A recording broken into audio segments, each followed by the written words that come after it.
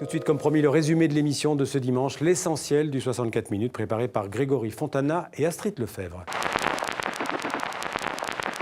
Il y a de très nombreux amis de la Corée du Nord à travers le monde et les gardiens de la paix qui ont attaqué Sony Pictures en font partie. The Interview raconte le parcours de 2 journalistes américains chargés de tuer Kim Jong-un.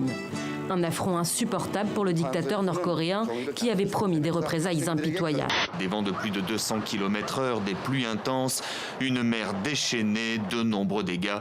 Et pourtant, dans ces villages de pêcheurs où l'on compte une vingtaine de cyclones par an, ce typhon-là n'était peut-être pas le pire. En tout cas, cette fois-ci, on s'y était préparé. Les Navy Seals auraient été repérés avant de parvenir au bâtiment où étaient détenus les otages.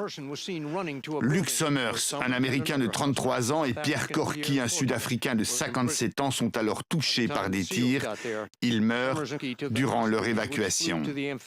Nous ne laisserons pas les Iraniens obtenir l'arme nucléaire. Fin des discussions. Quand survient une situation inédite, il faut une vision ou un projet inédit.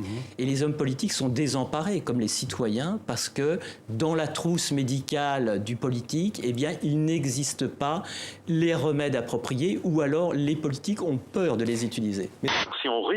Si on se risque à raconter aux électeurs qu'on va tout changer, eh bien le risque de déception est considérable. Et aujourd'hui, la situation est bien celle-là. Nos citoyens, dans toutes les démocraties occidentales, sont avant tout déçus par les discours qui ne sont pas suivis des faits. Plus de 82 millions d'euros de promesses de dons inscrites en lettres d'or sur la Tour Eiffel. La mobilisation pour le 28e Téléthon a payé. Et ce sont les enfants en attente de thérapie qui sont les plus heureux. Oui, justement, vous pouvez aussi continuer à faire un don au Téléthon, où que vous soyez dans le monde, rien de plus facile. Vous allez sur notre site tv5monde.com/téléthon. Merci d'avance pour les malades et pour les chercheurs. Pourquoi ce besoin de faire rire, Laure Lafitte? Je sais pas, je pense que c'est un moyen de... C'est un moyen de communiquer de façon intime. C'est très intime ce qui provoque le rire chez quelqu'un.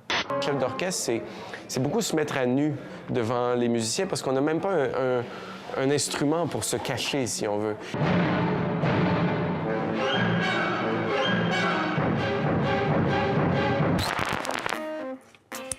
Avant de nous séparer, une pensée pour tous les otages encore aux mains de Boko Haram au Nigeria et puis aussi pour Serge Lazarevich, le dernier otage français toujours détenu quelque part au Sahel depuis 1109 jours, plus de 3 ans. Fin du 64 minutes. Demain, vous retrouverez Mohamed Kassi et toute l'équipe du Monde en français. Merci de votre fidélité à TV5 Monde. Bonne soirée ou bonne journée. À bientôt. Merci.